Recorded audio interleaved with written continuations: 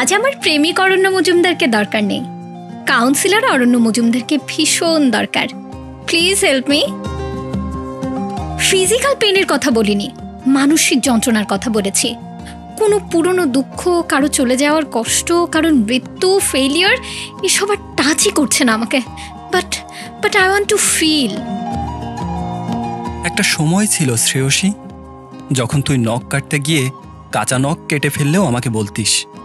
আজ এত বড় যন্ত্রণাটার কথা আমি 3 মাস পরে জানলাম। সেদিনকার ছেলে মেয়েগুলোকে আজকের দিনটার কথা বললে বিশ্বাস করতো না, তাই না? এখন 10টা বাজে, ভোর 4টে অবধি সময় আছে তোর কাছে, 6 ঘন্টা। ঠিক আছে, তাহলে আর সময় নষ্ট করে লাভ নেই, আয় আমার সঙ্গে, তোকে একটু দুঃখ দেওয়া যাক।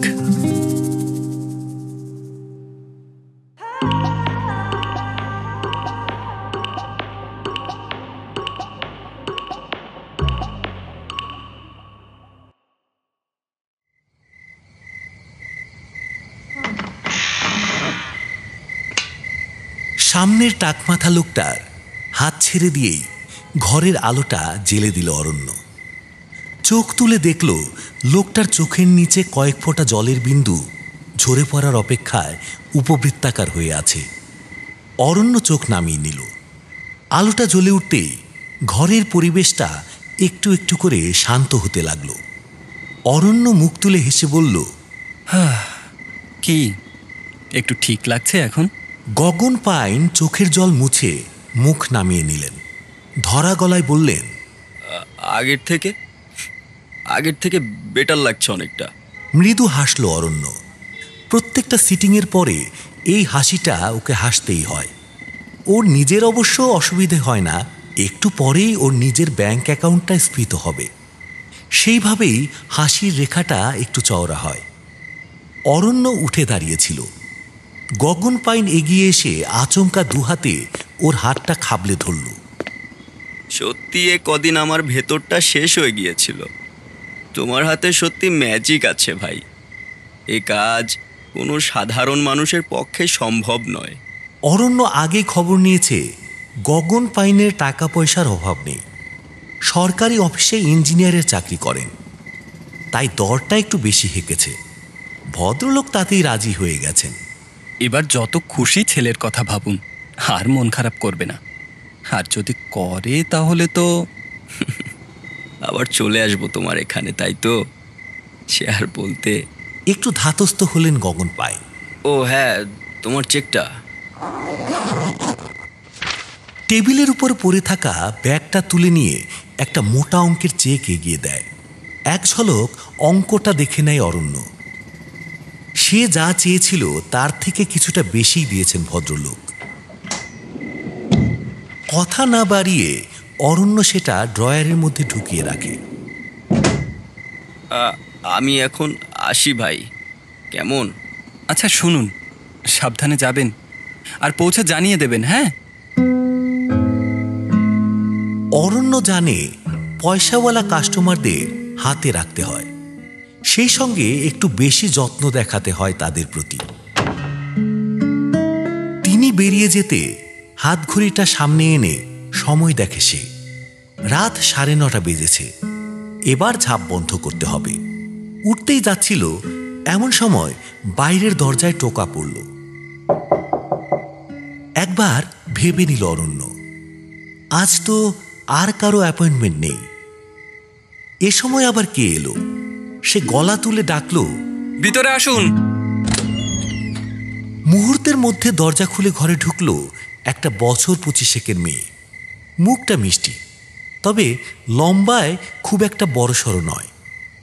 গায়ে একটা কালো টি শার্ট আর জিন্স, চোখের উপর একটা কালো চৌকো চশমা, তার মধ্যে উজ্জ্বল দুটো চোখ সহজেই দৃষ্টি কেড়ে নেয়।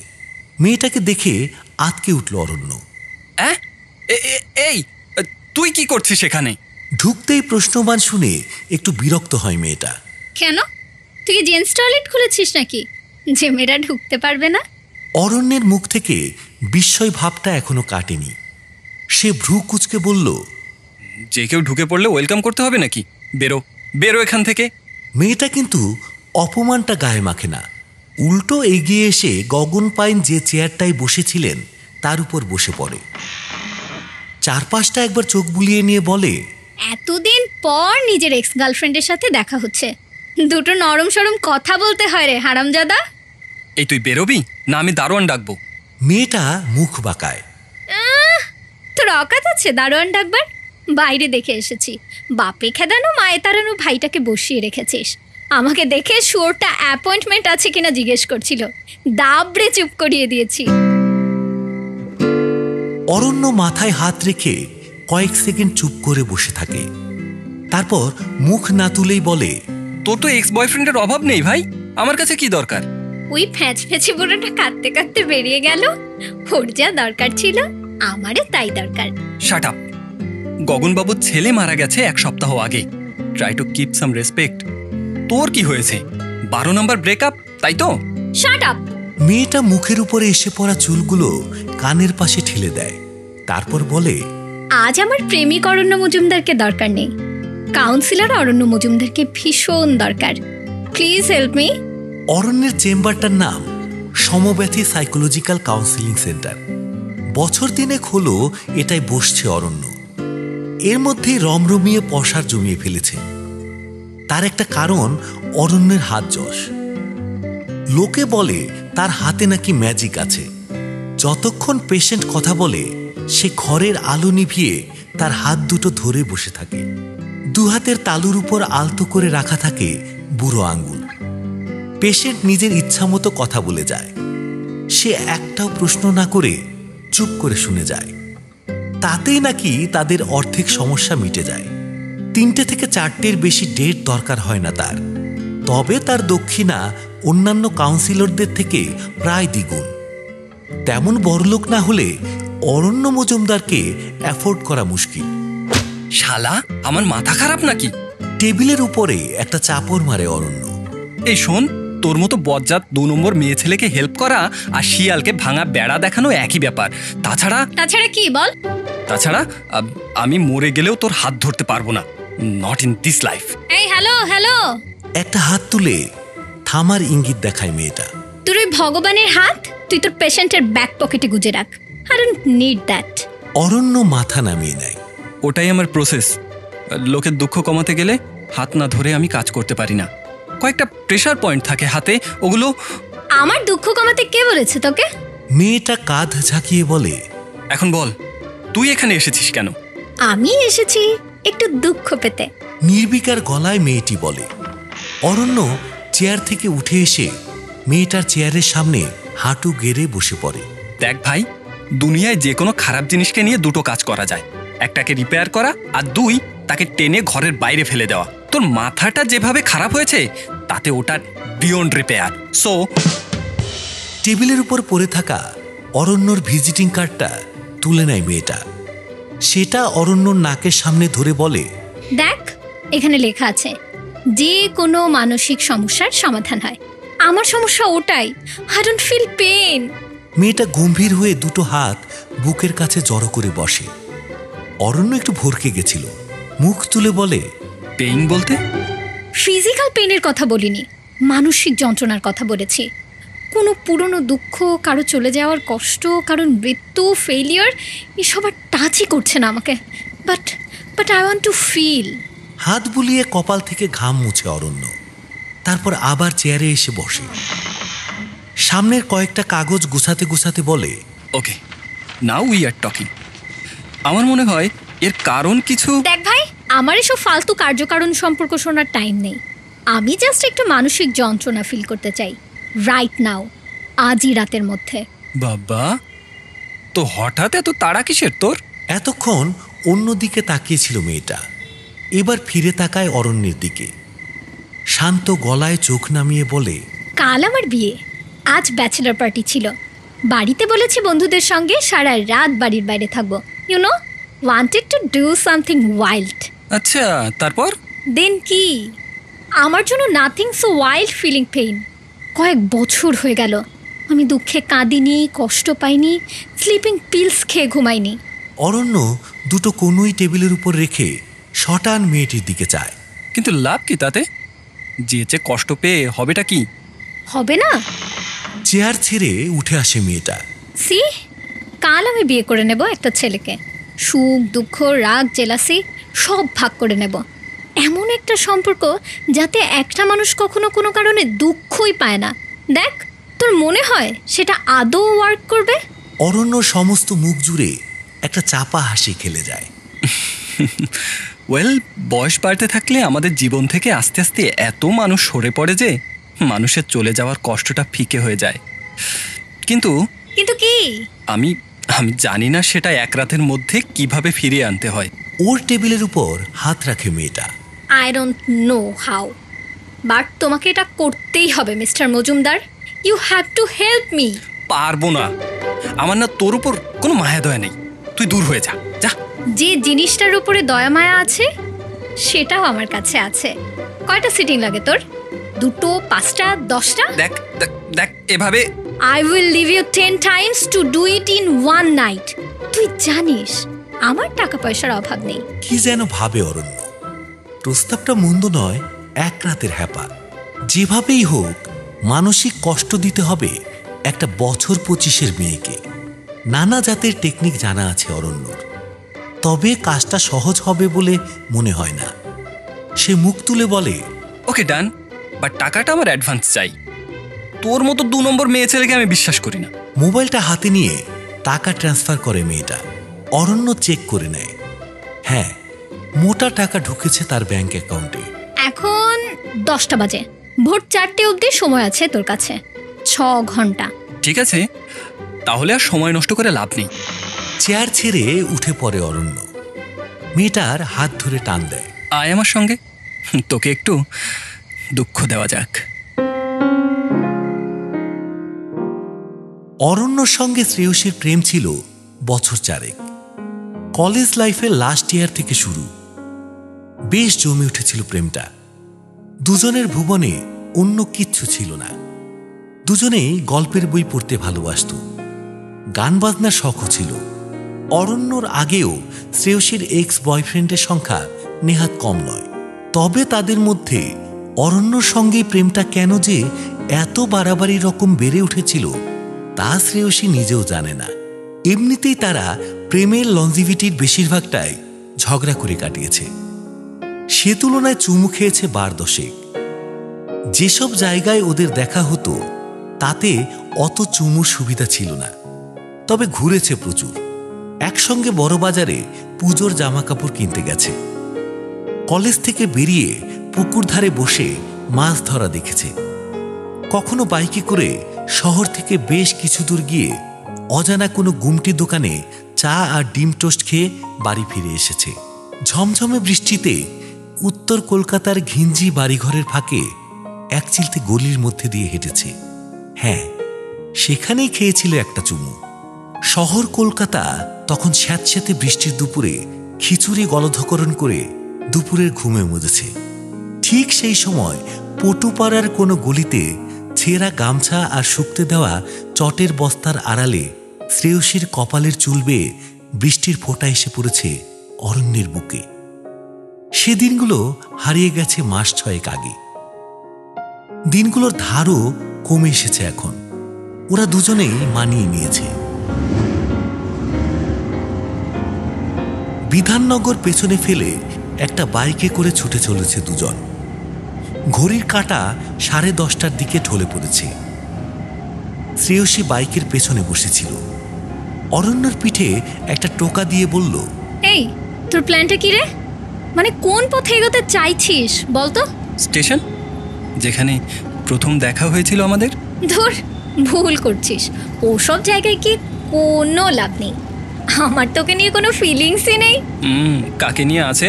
কাউকে নিয়ে না, থাকলে আর অ্যারেঞ্জ ম্যারেজ করতাম না। কলকাতার রাস্তাঘাট ধীরে ধীরে ফাঁকা হতে শুরু করেছে। রাস্তার ধারে বিজলি বাতিগুলো যেন একাকী দানবের মতো উজ্জ্বল চোখে তাকিয়ে রয়েছে রাস্তার দিকে। মিষ্টির দোকান আর পাইস হোটেলগুলো ঝটঝট করে সরে যাচ্ছে দুপাশ দিয়ে। এক রাতের মধ্যে তুই আবার আমাকে প্রেমে ফেলতে চাইছিস, তাই না? চেষ্টা করতে দোষ কি? তারপর ভোর হলে তোকে ছেড়ে চলে যেতে হবে। কাল বিয়েও করে নিতে হবে। এই ভেবে আমি কেঁদে ফাঁসাবো। খলখল করে হেসে ওঠে শ্রেয়সী। তুই আর মানুষ হলি না। এই, তোর মনে আছে যেদিন তোকে ছেড়ে চলে গেছিলাম? আছে। প্রত্যেকবার তোর সঙ্গে দেখা হলে বাড়ি চলে যাওয়ার সময় তোর মাথায় হাত রাখতাম আমি। সেদিন রাখতে দিসনি। ট্রেনে উঠে বাড়ি চলে যেতিস যখন, আমি খুব মিস করতাম তোকে। সারাটা দিন তোর সঙ্গে কাটানোর পর মনে হতো আবার অনেকটা সময় তোকে দেখতে পাবো না। তাই তখন ফোন করতাম তোকে। সেটাও করিনি সেদিন, তুইও করিসনি। ইচ্ছাই করেনি করতে, মনেই হয়নি কাউকে ফেলে এসেছি বলে। জানিস, আসলে মানুষ যেমন কখনো এটা ভেবে বাঁচে না যে কাল সে মরে গেলেও যেতে পারে, তেমনি কাউকে ছেড়ে চলে আসার সময়ও ভাবে না যে সত্যি চলে আসছে। তারা যতই মুখে বলুক, এমনকি শ্মশান ঘাটে পুড়িয়ে ফিরে আসার সময়ও মনে মনে বলেন নিশ্চয়ই আবার দেখা হবে। কাউকে ফেলে চলে আসার দুঃখ আমরা যতটা ভাবি ততটা বড় কিছু নয়। তাহলে কোন দুঃখটা বড়? একটা গাড়িকে ডান দিক দিয়ে পাশ কাটাতে যাচ্ছিল অরণ্য। গাড়িটাও ডান দিকে সরে আসে। অ্যাক্সিডেন্ট হতে হতে বেঁচে যায়। শ্রেয়সী অরণ্যর পিঠে একটা কিল মারে। এই শালা, তুই মারবি নাকি আমাকে? কাল আমার বিয়ে, আমি সিঙ্গেল মরতে চাই না ভাই। তাহলে চুপ করে বস, আমায় বকাস না। শ্রেয়সী চুপ করে থাকে। এমন কতবার বাইকে করে সন্ধ্যের কলকাতায় ছুটে বেরিয়েছে ওরা, কিন্তু তাতে মন ভরত না। ইচ্ছা করত রাতের কলকাতায় ফাঁকা শুনশান রাস্তায় ঠিক এইভাবে ছুটে যেতে, চিৎকার করে গান গাইতে, পেছন থেকে শক্ত করে ধরে রাখতে অরণ্যকে। ওর পিঠের উপর মাথা রাখলে একটা আরাম আর আলসে ঘিরে ধরত শ্রেয়সীকে। আজ কিন্তু সেসব কিছুই ইচ্ছা করল না। অরণ্যকে অনেকটা পেছনে ফেলে এসেছে। আজ কাউন্সিলর অরণ্য মজুমদারকে ওর দরকার। মিনিট খানেকের মধ্যে একটা রেল স্টেশনের সামনে এসে দাঁড়ায় বাইকটা। একেবারেই ছাপোষা মধ্যবিত্ত মার্কা একটা রেল স্টেশন। টিকিট কাউন্টার বন্ধ হয়ে গেছে অনেকক্ষণ আগে। টিমটিম করে আলো জ্বলছে একটা শেডের তলায়। লোকজন একেবারে নেই বললেই চলে। কেবল বহু দূরে একজন হকার মাটিতে পা ছড়িয়ে বসে সারা দিনের রোজগার গুছিয়ে নিচ্ছে। হেলমেটটা খুলে স্টেশনের দিকে এগিয়ে যায় অরণ্য। শ্রেয়সী বাইক থেকে নেমে এগিয়ে এসে ওর হাতটা ধরে নেয়। চাপা গলায় বলে, এই নে, তোর একটু সুবিধা করে দিলাম। স্পোর্টসম্যান স্পিরিট বলে কথা। একটু হেসে শ্রেয়সীর হাতটা শক্ত করে চেপে ধরে অরণ্য। তারপর স্টেশনের ফাঁকা সিঁড়িটার দিকে দেখিয়ে বলে, তোকে এই সিঁড়িটা দিয়ে নেমে আসতে দেখেছিলাম প্রথম সেদিন। লাল রঙের একটা জামা পরেছিলি। তোর এই স্বভাবটা আর গেল না, তাই না? মেয়েদের জামা কাপড়ের আলাদা আলাদা নাম হয় রে বোকাচাঁদ। আচ্ছা, ওই জামাটা এখন আর নেই তোর? দুদিকে মাথা নাড়ে শ্রেয়সী। আছে, কিন্তু বাড়িতে পড়ি শুধু, রং চটে গেছে। দুজনে মিলে হাত ধরে আরো কিছুটা এগিয়ে যায়।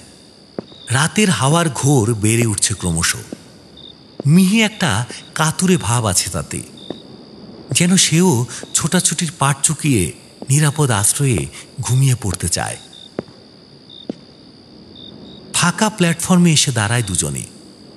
দূর দূরান্ত অবধি কোনো ট্রেনের আলো দেখা যায় না, এমনকি মনেও হয় না আর কোনো ট্রেন আসবে বলে। যেন শেষ ট্রেন মিস করে ফেলেছে ওরা। আজ আর কোথাও যাওয়ার নেই। অরণ্য শ্রেয়সীর দিকে ফেরে। এই তুই জানিস কি? আমাকে প্রথমবার দেখে তুই হেসেছিলি, কেমন অদ্ভুত একটা হাসি। আমি ভেবেছিলাম তোর হাসিটাই বুঝি ওরকম। তারপর বুঝেছিলাম ওই হাসিটা সবসময় আসতো না, শুধু আমার সঙ্গে দেখা হলে সবার আগে ওই হাসিটা বেরিয়ে আসতো। ঠোঁটের কোণে একটু হেসে অরণ্যর দিকে তাকায় শ্রেয়সী। আমি না ঠিক বুঝতে পারছি না যে তুই সত্যিই আমাকে আবার প্রেমে ফেলে কষ্ট দিতে চাইছিস, নাকি সত্যিই ফিল করিস এসব? তোর কি মনে হয়? আমার কিচ্ছু মনে হয় না। শক্ত গলায় কথাটা বলে আবার রেললাইনের দিকে তাকায় শ্রেয়সী। গলাটা শক্ত রেখেই বলে, তবে আমি তোকে সত্যিই খুব ভালোবাসতাম, জানিস? এটাও কি সুবিধা করে দিচ্ছিস আমার নাকি? I don't know, you guess. ভালোবাসতাম বলেছি, ফ্যাক্ট বলিনি। এখনো আমার সফট কর্নার রয়ে গেছে। একটু আগের হকারটা এখন টাকা আর থলে গুছিয়ে বাড়ির দিকে হাঁটা দিয়েছে। ওরা জনশূন্য প্ল্যাটফর্ম ধরে হাঁটতে শুরু করে। দোকানগুলোর ঝাঁপ বন্ধ করে দিয়েছে অনেকক্ষণ। সারাদিন লোকজনের আনাগোনা হয় এখানে, এখন আর কোথাও কেউ নেই। আচ্ছা, আর যদি সত্যিই তোকে কষ্ট দিতে না পারি তাহলে কি প্রমাণ হবে? এটাই প্রমাণ হবে যে তোর ব্যবসা আর বেশি দিন টিকবে না। কেন? দেখ ভাই, দুনিয়ায় যত কম্পিউটার ভাইরাস আছে তার বেশিরভাগ কারা তৈরি করেছে জানিস? কারা? অ্যান্টিভাইরাস কোম্পানিগুলো। মার্কেটে ভাইরাস না থাকলে শালা ওদের সফটওয়্যার পয়সা দিয়ে কে কিনবে? তেমনই বাজারে কষ্ট না থাকলে তোর খদ্দের আসবে কোত্থেকে? অরণ্য বাঁকা হাসি হাসে। দেখ, পৃথিবীতে আর যা কিছুর অভাব থাক, কষ্টের কোনো অভাব নেই। আজ হয়তো অভাব নেই, কিন্তু ধর এই আমার মতো কিছু পাবলিকের সংখ্যা বাড়ছে যাদের কিছুতেই কিছু গায়ে লাগে না। 3 মাস আগে আমার মা মারা গেল, দেখ 3 মাস পরে কেমন ঢ্যাং ঢেঙিয়ে বিয়ে করছে। হ্যাঁ? এই এই কাকিমা মারা গেছেন? হাঁটা থামিয়ে অরণ্য ঘুরে তাকায় শ্রেয়সীর দিকে। তুই তুই আমাকে আগে বলিসনি কেন? তুই তো বলেছিলি যোগাযোগ না রাখতে। শ্রেয়সীর কাঁধ চেপে ধরে অনন্য। দেখ, আমি চাই না যার সঙ্গে সম্পর্ক রাখতে চাস না তার সঙ্গে যোগাযোগ রেখে ঝামেলা বাড়ুক। তোর খুব কষ্ট হয়েছিল না রে? আমি জানি তুই মাকে। নাথিং। শটান অরণ্যর চোখের দিকে তাকায় শ্রেয়সী। হয়েছিল, কিন্তু এখন আর হয় না। মা মরে যাওয়ার থেকে বেশি কষ্ট মানুষ আর কিছুতে পায় না জানিস। সেটা পাওয়ার পর থেকেই করুণ হাসি ফোটে তার মুখে। একটা সময় ছিল শ্রেয়সী, যখন তুই নখ কাটতে গিয়ে কাঁচা নখ কেটে ফেললেও আমাকে বলতিস। আজ এত বড় যন্ত্রণাটার কথা আমি 3 মাস পরে জানলাম। সেদিনকার ছেলে মেয়েগুলোকে আজকের দিনটার কথা বললে বিশ্বাস করতো না, তাই না? দূর থেকে একটা আলো ফুটছে, ট্রেন ঢুকছে স্টেশনে। এটাই হয়তো আজ রাতের শেষ ট্রেন। ওরা লাইন থেকে কিছুটা ভেতরে সরে আসে। না, এটাও ওদের ট্রেন নয়।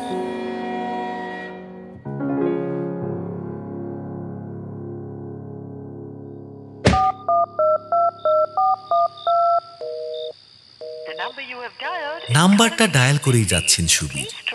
অন্তত আধ ঘন্টা ধরে কল করে চলেছেন মেয়ের নাম্বারে, কিন্তু কেউ রিসিভ করছে না। ঘড়ি দেখছেন ঘন ঘন, রাত 11:30 বাজে। দুশ্চিন্তা শুরু হয় তার। কালকের অনুষ্ঠানের টেনশন, তার উপরে আজ এই আশঙ্কা বারবার দুদিক থেকে গলা টিপে ধরছে তার। রূপালী শুয়ে পড়েছিল। বাবাকে পায়চারি করতে দেখে বলল, বাবা, তোমার আবার এত উত্তেজনার কি হলো বলো তো? শুয়ে পড়ো না এখন। শুয়ে পড়বো? তোর কোনো একটা আক্কেল নেই। দিদি কখন থেকে ফোন ধরছে না। রূপালী পাশ ফিরে শোন, হাই তুলতে তুলতে বলে, সারা জীবনই তো মেয়েটাকে চোখে চোখে রেখে এলে, একটা দিন না হয় একটু ফুর্তি করছে, ছেড়ে দাও না ওকে। এটা দিন নয়, রাত। আর তাছাড়া ফুর্তি করতে কি বারণ করেছি আমি? আর ফোন ধরতে সমস্যাটা কোথায়? রূপালী বিরক্ত হয়। আরে বাবা, ইয়ার দোস্ত নিয়ে একটু চিল করছে, আর পেটে দারু ফারুও পড়েছে হয়তো। এখন যদি তোমার ফোনটা ধরে আর তুমি যদি শুনতে পাও তোমার মেয়ে ওই কি একটা গান আছে না, শিশে কি উমরে পেয়ার কি, এরকম একটা গান চালিয়ে নাচ করছে, তোমার ভালো লাগবে সেটা? ছাড়ো তো এসব কথা, ওর যখন আসার ও ঠিক চলে আসবে। তুমি এখন শুয়ে পড়ো। মেয়ের কথায় একটু ভরসা পান সুবীর। আজ রাতে মেয়ে যাই করুক না কেন, বাড়ির ভেতরে থাকলেই হলো। তিনি বিছানায় ফিরেই আসছিলেন, এমন সময় রূপালীর ফোনটা বেজে ওঠে। শ্রেয়সীর এক বান্ধবী কল করেছে। রূপালী সেটা কানে চেপে ধরে বলে, হ্যাঁ মনমন্দি, বলো। এই শ্রেয়সী কি বাড়ি চলে গেছে? বিছানার উপরে উঠে বসে রূপালী। বাড়ি? বাড়ি চলে গেছে মানে? তোমার ওখানে নেই? বলিস কি রে? ওপাশের মানুষটার গলা কেঁপে যায়। সেই 1 ঘন্টা আগে বেরিয়ে গেল, বলল শরীর খারাপ লাগছে, বাড়ি চলে যাব। আমি বললাম একটু এগিয়ে দিচ্ছি, কিন্তু ও তো বাড়ি আসেনি গো। শেষ কথাটা একটু জোরের সঙ্গেই বলে ফেলেছিল রূপালী। সুবীর হাত থেকে প্রায় ছিনিয়ে নেন ফোনটা। কোথায় কোথায় গেছে ও? কোথায় গেছে তোমার ওখান থেকে? আমি জানি না কাকু, ও তো ফোন রিসিভ করছে না। মুনমুনের বাড়ি থেকে এ বাড়িতে আসতে মিনিট 15-র বেশি লাগার কথা নয়। এত রাতে সে অন্য কোথাও যাবে তাও অসম্ভব। সুবীরের অসহায় লাগে, আর অপেক্ষা না করে পুলিশের নাম্বার ডায়াল করতে থাকেন।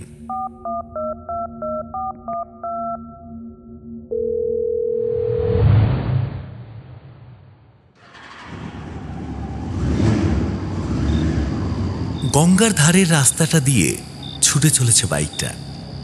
জলের উপর দিয়ে বয়ে আসা হাওয়ার স্পর্শ লাগছে ওদের কানে মাথায়। আপাতত আশেপাশে কেউ নেই দেখে হেলমেটটা খুলে নিয়েছে দুজনে। শ্রেয়সীর খোলা চুল হাওয়ায় উঠছে। টি শার্টের বোতামের ফাঁক দিয়ে হাওয়া ঢুকে পড়ছে বুকের ভেতর। ও অরণ্যের পিঠে মাথা রেখেছে, দুহাতে শক্ত করে জড়িয়ে ধরে আছে। আচ্ছা, তুই যে এখানে এসেছিস, তোর বাড়িতে জানিয়ে এসেছিস? মাথা খারাপ নাকি তোর? হ্যালাও করবে? রেজিস্ট্রির আগের দিন এক্স বয়ফ্রেন্ডের বাইকে করে কলকাতার টহল মারছি। ব্যাস, এবার আমি কেস খাবো। অরণ্য সজোরে ব্রেক মারে। কেন? তোর নাম জানবে কেমন করে? আমার অনেক এক্স বয়ফ্রেন্ড আছে। বাইকের উপরেই একটা ঘুষি মারে অরণ্য। লাইফে বহুত বালামো করেছি জানিস তো। তোর পাল্লায় পড়াটা তার মধ্যে সব থেকে উন্দা খরাট। শালা টাকাটা ট্রান্সফার করলে আমার অ্যাকাউন্টে। তোর বাপ যদি এবার পুলিশে খবর দেয় আর তারা যদি ট্রানজেকশন চেক করে, লাঠিটা তো শালা আমার পেছনে পড়বে। শ্রেয়সী মুখ কাচুমাচু করে বলে, হে শালা, আমি এটা তো ভেবে দেখিনি। আমাদের রিলেশনটার ব্যাপারে ভেবেছিলি কোনোদিন? দেখলে আজ এই দিনটা দেখতে হতো না। আচ্ছা, তুই আমাকে বকছিস কেন বলতো? তুই আমাকে প্রপোজ করেছিলি, গার্লফ্রেন্ড হই বা এক্স, দুটোই তোর চয়েস। কি যেন ভেবে নিজের রাগটা একটু প্রশমিত করে অরণ্য। একটু আড়মোড়া ভাঙে বাইক থেকে নেমে। এতক্ষণে ঘড়ির কাঁটা 1টার দিকে ঢলে পড়েছে। এর মাঝে অনেকটা সময় ও বাইক চালিয়েছে। গোটা সময়টা শ্রেয়সী ওর পিঠে মাথা দিয়েছিল, মাঝে মাঝে দুহাতে জড়িয়ে ধরেছিল ওর পেটের কাছটা। মেয়েটা কি ভয় পাচ্ছে না? যদি সত্যিই জেগে ওঠে ভালোবাসাটা, তবে প্রত্যেকটা দিন দুর্বিষহ হয়ে উঠবে। আচ্ছা, এই যে তোর এত এক্স বয়ফ্রেন্ড, আমি তার মধ্যে 1 নম্বরে আছে কি বল? এ ব্যাপারে তুমি গোল্ড মেডেলিস্ট কাকা। হাত বাড়িয়ে অরণ্য থুতনি নেড়ে দেয় শ্রেয়সী। আজ থেকে 40 বছর পর ছেলের বউর মুখ দেখতে দেখতে আমার নিজের প্রেমের কথা মনে পড়লে তোর মুখটাই মনে পড়বে। এই 40 বছর পর তোকে কেমন দেখতে হবে বলতো? কেন? কল্পনা করিসনি কোনোদিন? দুজনেই গঙ্গার দিকে এগিয়ে যায়। অরণ্য মৃদুস্বরে বলে, কোনোদিন কল্পনা করার প্রয়োজন পড়বে বলে মনে হয়নি। ওদের ঠিক পেছনে কুমোরটুলির পোটোপাড়া। এখন দুর্গা তৈরি হওয়ার সময় নয়, তবে সারা বছরই কোনো না কোনো ঠাকুর তৈরি হয়। কাঁচা মাটির গন্ধ ঘিরে রাখে সরু রাস্তাগুলোকে। দেখ ভাই, তোকে হেল্প করতে আমি কিন্তু আজ তোকে চুমু খেতে পারবো না। শ্রেয়সী হাত তুলে আগে থেকেই জানিয়ে দেয়, এই ইউনো, তুই এমন আহামরি কিছু চুমু খাসও না, ঠিক আছে? আমার থার্ড গার্লফ্রেন্ড অনন্যা, উফ, উত্তাল চুমু খেত। সে জিনিস মুখে লেগে আছে এখনো। তুই আমাকে অন্য কারোর সঙ্গে তুলনা করলি? শুয়োর! তুলনা কোথায়? কাশ্মীরের রুল আর কোথায় বগলের চুল। ছোট ছোট 1 কামরা ইটের ঘর, টালির চাল, তার ফাঁক দিয়েই ওরা হেঁটে চলেছে। আকাশে আজ সরু চাঁদ উঠেছে একটা। শরীরের বেশিরভাগটার উপরেই যেন চাদর টেনে আরামসে ঘুম দেওয়ার চেষ্টা করছে সে। মাঝে মাঝে ওদের হাঁকাহাঁকিতে ঘুম ভেঙে যাওয়ায় কোনো মতে চোখ মেলে তাকিয়ে আছে ওদের দিকে। এখানে এলেই কেমন দুর্গাপূজার কথা মনে পড়ে বল? তোর সঙ্গে যে 4 বছর প্রেম করেছি না, শালা দুর্গাপূজাটাই বড় দুঃস্বপ্ন হয়ে আছে মাইরি। তাই নাকি? এটা তো আগে শুনিনি এতদিন। দেখ, প্রেম করলে না অনেস্ট রিভিউ দেওয়া যায় না। আমার শালা এই শপিং জিনিসটাই ভালো লাগতো না। গার্লফ্রেন্ডের সঙ্গে শাড়ি কিনতে গেলে বন্ধুরা কি পরিমাণে প্যাক দেয় তোর কোনো আইডিয়া আছে? তবু শালা ঠাকুর দেখতে বেরিয়ে 2 পা হেঁটেই আমার পায়ে ব্যথা, উবার কর। শালা ন্যাকা কোথাকার। কথাটা বলেই একটা হাত বাড়িয়ে খপ করে শ্রেয়সীর হাতটা আবার ধরে ফেলে অরণ্য। এই, তুই দেখে হাঁট তো, এখানে রাস্তাটা ভালো না। আমার একটা ইচ্ছা ছিল জানিস, কোনো দিন পূরণ হয়নি। কি ইচ্ছা? একেবারে মাঝরাতে কলকাতার ফাঁকা রাস্তায় চিৎকার করে গান গাইবো, কেউ শুনতে পাবে না, শুধু তুই আর আমি শুনবো। অরণ্য বিড়বিড় করে, সামনে সরস্বতী মূর্তি আছে, তোর গান শুনে গলে গিয়ে আবার মাটিনো হয়ে যায়। কে? কি বলি তুই? হাত ঘুরে দিকে চায় অরণ্য। গাইতে থাক, এদিকটা বেশি কুকুর টুকুর তো দেখতে পাচ্ছি না। আমি না এমন কিছু খারাপ গাই না। হ্যাঁ, তাও হতে পারে, আবার কুকুরগুলো কানে খাটো, তাও হতে পারে। যাই হোক, সেফ জোন, তুই গাইতে থাক। কিছু দূর গুনগুন করে একটা সুর ভাসতে ভাসতে হেঁটে যায় শ্রেয়সী।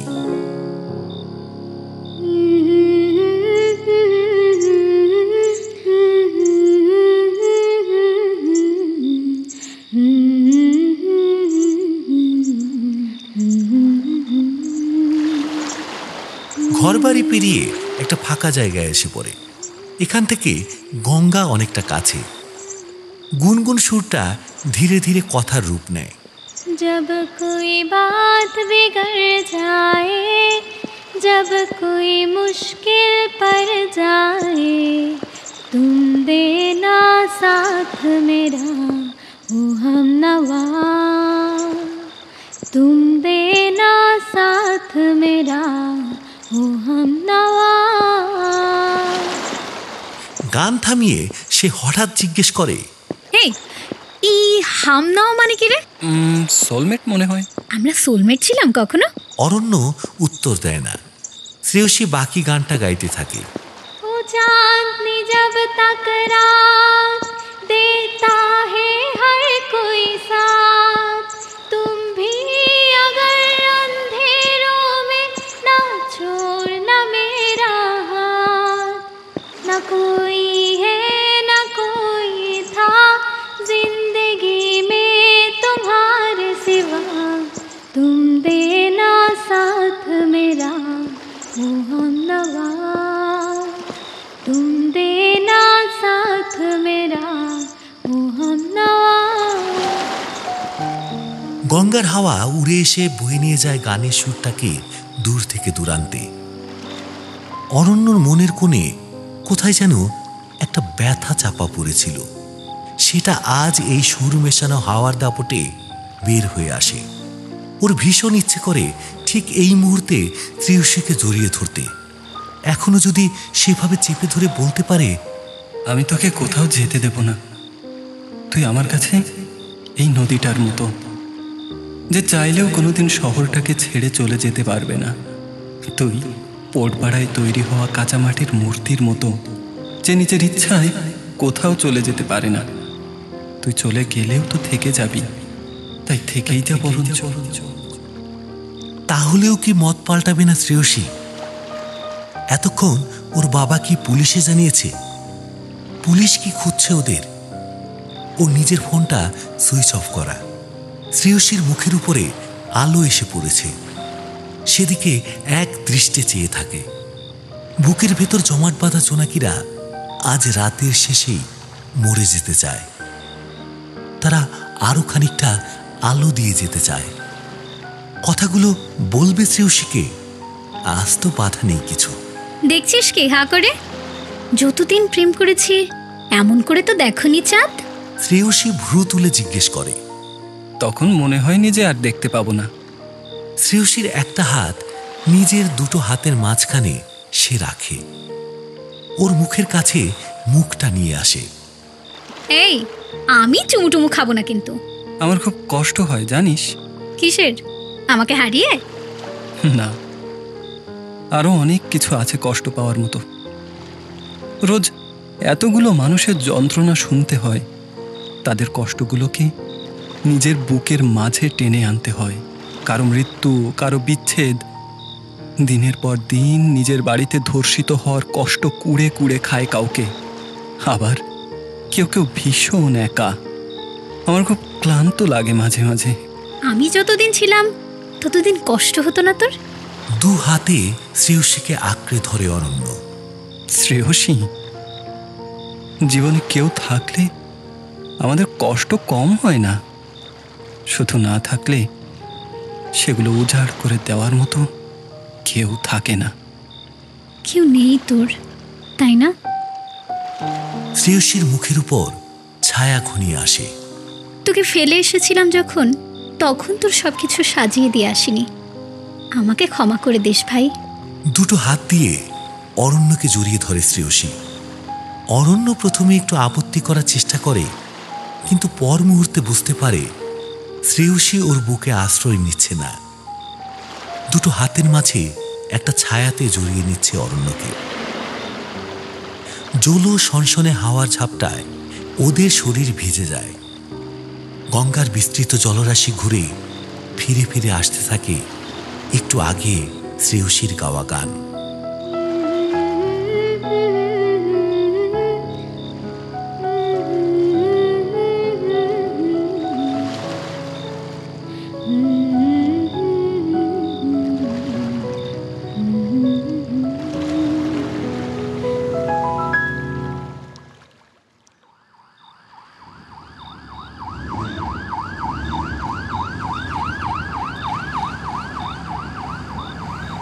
রূপালী গাড়িতে বসে আবার ফোনটা ট্রাই করে।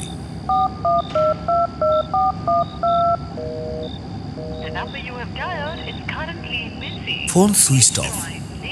পাশে বসা পুলিশের লোকটা ওর দিকে একবার তাকিয়ে বলে, লোকটাকে পার্সোনালি চেনো তুমি? হ্যাঁ, ওই দেখা হয়েছে কয়েকবার, দিদির সঙ্গেই গেছিলাম। হার্মফুল মনে হয়নি? আরে ধুর বাবা, হার্মফুল হলে আমার দিদি প্রেমটা করতো নাকি? অদ্ভুত তো। ও ওখানে যায়নি, আমার মনে হয় ও অন্য কোথাও গেছে। এই যে বললে দিদির বয়ফ্রেন্ড ছিল। এই যে কাকু, আপনি এক্স বোঝেন? এক্স, প্রাক্তন, সেই জিনিসটা। তাও 6 মাস আগের ব্যাপার। আর দেখুন, একে তো বাবা আমার মাথাটা খারাপ করে দিচ্ছেই, আর তার মধ্যে আপনি এসব ভুলভাল কথা বলে আমার মাথাটা খাবেন না তো। কলকাতার ফাঁকা রাস্তায় এগিয়ে চলে গাড়িটা। পুলিশ অফিসার ফোনে কাকে যেন নির্দেশ দেন। অরণ্য মজুমদার? এই না না, আশিক আওয়ারা টাইপ নয় স্যার, মাথার ডাক্তার। যতদূর মনে হচ্ছে স্যার, ব্ল্যাকমেল টাইপের কিছু একটা হবে। প্রবাবলি গেসিং নোংরা ফটো টটো কিছু একটা হয়তো ছিল। মেয়েটির বিয়ে হচ্ছে জেনে সেসব ফাঁস করে দেবার ভয় দেখিয়ে টাকা খেচা হচ্ছে। রূপালী গর্জে ওঠে, আরে নোংরা ফটো? নোংরা ফটো মানেটা কি? এই চুপ করে বসো, বেশি খ্যাটখ্যাট করলে না গুছিয়ে কানের গোড়ায় দেব। ধমক খেয়ে রূপালী চুপ করে যায়। 2:30 বাজতে চলেছে, এখনো ফোন তুলছে না শ্রেয়সী। পুলিশ অবশ্য মোবাইলের টাওয়ার সার্চ করছে। আসার কথা ওরা এখনো কলকাতার মধ্যেই ঘোরাফেরা করছে। আজকে রাতের ঘুমটাই শালা নষ্ট হয়ে গেল। পুলিশটি আবার গর্জে ওঠে, কি হয়েছে স্যার? আর কি হয়েছে, they are moving out of town.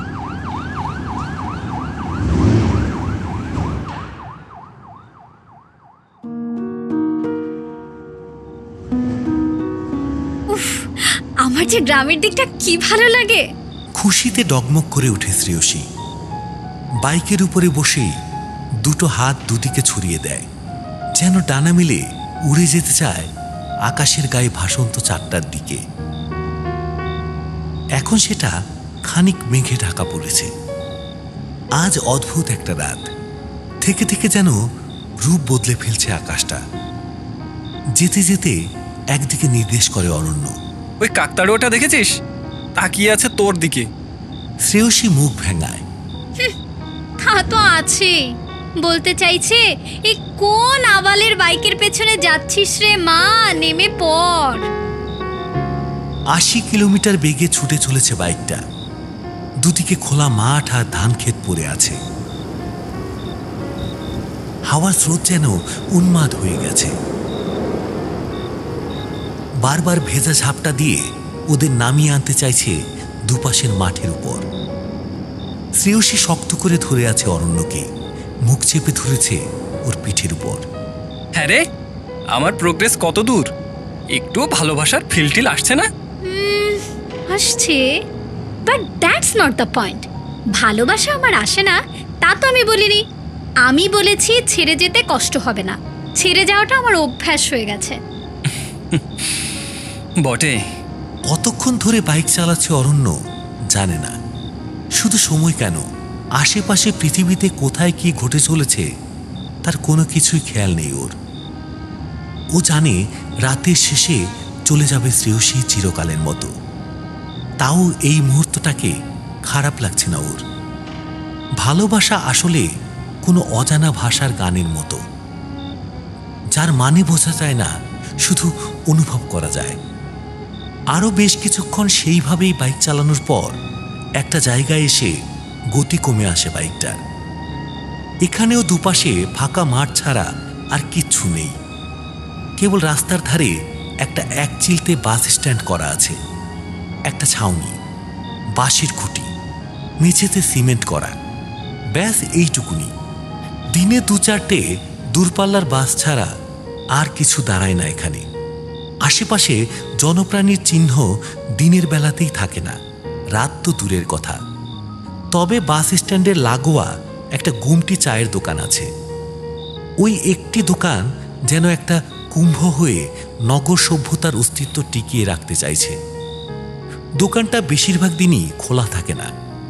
একটা গ্রাম্য লোক কখন যেন দোকান খোলে, আবার বিকেল হলে জিনিসপত্র গুছিয়ে নিয়ে চলে যায়। আগে মন খারাপ হলে কতবার এখানে এসে ওরা দুজনে বসে থেকেছে। লোকটা ওদের মুখ চেনে, কিন্তু নাম জানে না। প্রথম প্রথম ভারী অবাক হতো ওদের দেখে। দুটো শহুরে ছেলে মেয়ে এই অজ গ্রামে আসে কেবল 2 কাপ চা খেতে আর মাঠের মাঝখানে বসে গল্প করতে। সেটার সামনেই বাইক থামায় অরণ্য। ওর হাত ধরে শ্রেয়সীও নেমে আসে। দুজনে মিলে গিয়ে বসে দোকানটার ভেতরে রাখা ছোট্ট বেঞ্চটায়। এতক্ষণ বাইক চালিয়ে শুকিয়ে আসছে গলাটা, কিন্তু আজ চা খাওয়ার উপায় নেই। দোকানদার লোকটা নিশ্চয়ই ওর ছোট্ট বাড়ির একচিলতে বিছানায় গভীর ঘুমে আচ্ছন্ন। অরণ্যর কাঁধে মাথা রাখে শ্রেয়সী। এই জানিস, আমার আগে মনে হতো এই জায়গাটা শুধু আমাদের জন্য, নইলে জনবিহীন প্রান্তরে কেউ কেন দোকান বানাবে বলতো? ওরকম মনে হয়। কাছে আরেকটা গ্রাম আছে, তাছাড়া এটা বাস স্ট্যান্ড। উফ, সবকিছু ওরকম সাদায় কালোয় ভাবতে নেই রে ভাই। আচ্ছা বল, তুই আমায় এখনো ভালোবাসিস না বাসিস না? এর সাদায় কালোয় উত্তর হয়? কে বলেছে হয় না? হয়।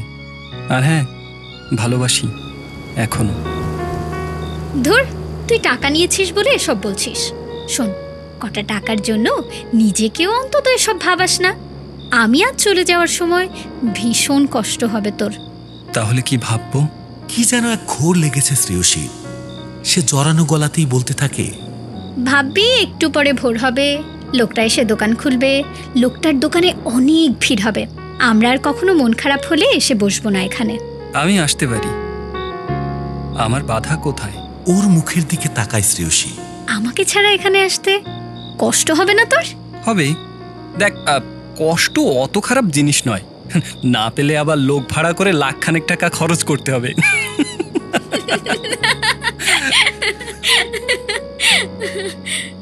দুজনেই হেসে ওঠে। অরণ্য শক্ত করে জড়িয়ে ধরে শ্রেয়সীকে। ওদেরকে ঘিরে রাতের হাওয়া পাক খেতে থাকে। দূরে নারকেল গাছের ষাঁড় ঘুমিয়ে আছে। কাছে মাঠের উপরে জলে ভেজা কচি ঘাস আর আলপথ, তারাও ঘুমিয়ে আছে। আকাশের বুকে চাঁদটাও বুঝি ছাউনির আড়ালে ওদের দেখতে না পেয়ে ঘুমিয়ে গেছে এতক্ষণে। এই কটা বাজে রে? 3:30। আর আধ ঘন্টা আছে তোর হাতে। আচ্ছা যা, আমি কষ্ট না পেলেও টাকাটা তোরই, ও আমার আর ফেরত চাই না। অরণ্য আলতো দুটো ঠোঁট শ্রেয়সীর কপালে ছোঁয়ায়। শ্রেয়সীর বুক জুড়িয়ে আসে। এই ধুধু প্রান্তরে গভীর রাতে এক টুকরো ছাউনির তলায় বসেও ভীষণ নিরাপদ লাগে নিজেকে। কষ্টের অনুভূতি নষ্ট হয়ে গেলেও সুখ এখনো গ্রাস করেনি ওকে। কি ইচ্ছে করছে তোর? দেখতে ইচ্ছে করছে তোকে স্টেশনের ওই সিঁড়িটার উপর লাল জামাটা পরে। আর দেখতে পাবি না ওভাবে আমায় কখনো। ঘড়ির কাঁটা এগিয়ে চলছে ক্রমাগত। দিগন্তটা কি একটু ফর্সা হয়ে এলো, নাকি চোখের ভুল? শ্রেয়সী অনুভব করে ওর কপালে নোনতা জলের ছোঁয়া লাগছে। ও অরণ্যর দুগালে দুটো হাত রাখে। এই, তুই কাঁদছিস নাকি? ধুর বাবা, আমাকে দেখে শিখতে পারিস না একটু? দুহাতে চোখ থেকে জলটা মুছে দেয়, মাথাটা বুকে টেনে নেয়, চাপা স্বরে বলে, বোকা চাঁদ, এত লোকের হাত ধরে দুঃখ মেটাও তুমি, আজ নিজের হাতটা শক্ত করে ধরো তো। এরপর থেকে নিজেকেই তো সামলাতে হবে। আরো কিছুক্ষণ বসে থাকে ওরা। শ্রেয়সী অনুভব করে ওর বুকের কাছটা ভিজে যাচ্ছে বারবার। কোনো শব্দ হচ্ছে না, কেবল একটা সিক্ত অনুভূতি ঘিরে ধরছে ওকে। তাও ওর কষ্ট হচ্ছে না। মানুষের না থাকাটা, ছেড়ে যাওয়াটা, ছেড়ে চলে আসাটা ভীষণ একঘেয়ে হয়ে গেছে ওর কাছে। ও জিনিস আর কাঁদায় না ওকে। এই 4টে বাজে, উঠতে হবে এবার। অরণ্যকে ছেড়ে উঠে দাঁড়ায় শ্রেয়সী। এবার সত্যিই ফর্সা হতে শুরু করেছে দিগন্তের কাজটা। ভোর হয়ে আসছে। অরণ্য উঠে দাঁড়ায়, দুহাতে চোখের জল মুছে নেয়। অদ্ভুত শান্ত দেখাচ্ছে তাকে। খিলখিল করে হাসে শ্রেয়সী। কিরে, ফেল করলি তো? পারলি না তো কষ্ট দিতে আমাকে? অরণ্য দুদিকে মাথা নাড়ায়। আমি ফেল করিনি। শ্রেয়সী সরে আসে ওর দিকে। তোর কি মনে হচ্ছে আমার কষ্ট হচ্ছে? এই দেখ, তোকে ছুঁয়ে বলছি, বাবার দিব্যে বলছি, কোনো কষ্ট হচ্ছে না ভাই আমার। অরণ্য কিছু বলতে যাচ্ছিল, তার আগেই ভেসে আসে একটা গাড়ির আওয়াজ।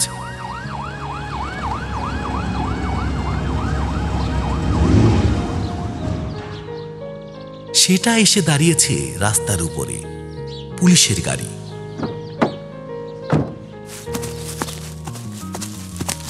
দরজা খুলে একজন পুলিশ অফিসার এদিকে তাকিয়ে হন্তদন্ত হয়ে নেমে আসে, সঙ্গে রূপালী। শ্রেয়সী এগুতে যাচ্ছিল সেদিকে। অরণ্য হঠাৎ ডেকে ওঠে, শোন শোন একটা কথা। কি? আমি যাব না তোকে ছেড়ে কোনোদিন। ধরা ধরা গলায় শান্ত স্বরেই অরণ্য বলে। শ্রেয়সী অবাক হয়ে যায়। এই উত্তর সে আশা করেনি। এই, ছেড়ে যাবি না মানে কি? কাল আমার বিয়ে। তাতে কি, বিয়ের পর কোনো বন্ধুর সঙ্গে যোগাযোগ রাখা যায় না? কিন্তু তুই যে বলেছিলি। এগিয়ে এসে শ্রেয়সীর সামনে দাঁড়ায় অরণ্য। মানুষের চলে যাওয়াটা কষ্ট দেয়, কিন্তু বারবার একজন একজন করে সবাইকে যারা চলে যেতে দেয়, তাদের আর নতুন করে কেউ চলে গেলে কোনো কষ্ট হয় না, বরঞ্চ কষ্ট হয় কেউ থেকে গেলে। কষ্ট হয় যখন তারা বোঝে চলে যাওয়াটাই স্বাভাবিক নয়। আমি তোকে ছেড়ে কোথাও যাব না। আমি থাকবো। যখনই চাইবি পাবি আমাকে। তোর জীবন থেকে সবাই চলে যাবে, শুধু আমি যাব না। শ্রেয়সী কি বলবে বুঝতে পারে না। ঘুরে দাঁড়িয়ে কঠিন মুখেই গাড়ির দিকে কয়েক পা এগিয়ে যায় সে। তারপর আচমকাই বসে পড়ে রাস্তার উপরে। কান্নার ঢেউ তাকে আশ্রে ফেলে। গলার কাছে জমে থাকা মেঘ চিরে নোনতা জলের স্রোত তাকে কোন অজানা দুঃখের জলে ভাসিয়ে নিয়ে যায় তা সে নিজেও জানে না। রূপালী গাড়ি থেকে নেমে এক দৌড়ে এগিয়ে আসে দিদির কাছে। সে বুঝতে পারে না কি হয়েছে। দিদি, দিদি কি হয়েছে তোর? এই দিদি, তুই কাঁদছিস কেন? দিদি, এই দিদি, কিছু বলছিস না কেন? আরে কিছু তো বল, কি হয়েছে? দিদি, এই দিদি, কি হয়েছে? দিদি। পিঠে হাত রাখে সে। শ্রেয়সীর কান্না কিন্তু আর থামে না। এক দুঃখ জাগা নিয়ে অনুভূতির স্রোত কি মায়ায় যেন বেঁধে ফেলেছে ওকে সারা জীবনের মতো।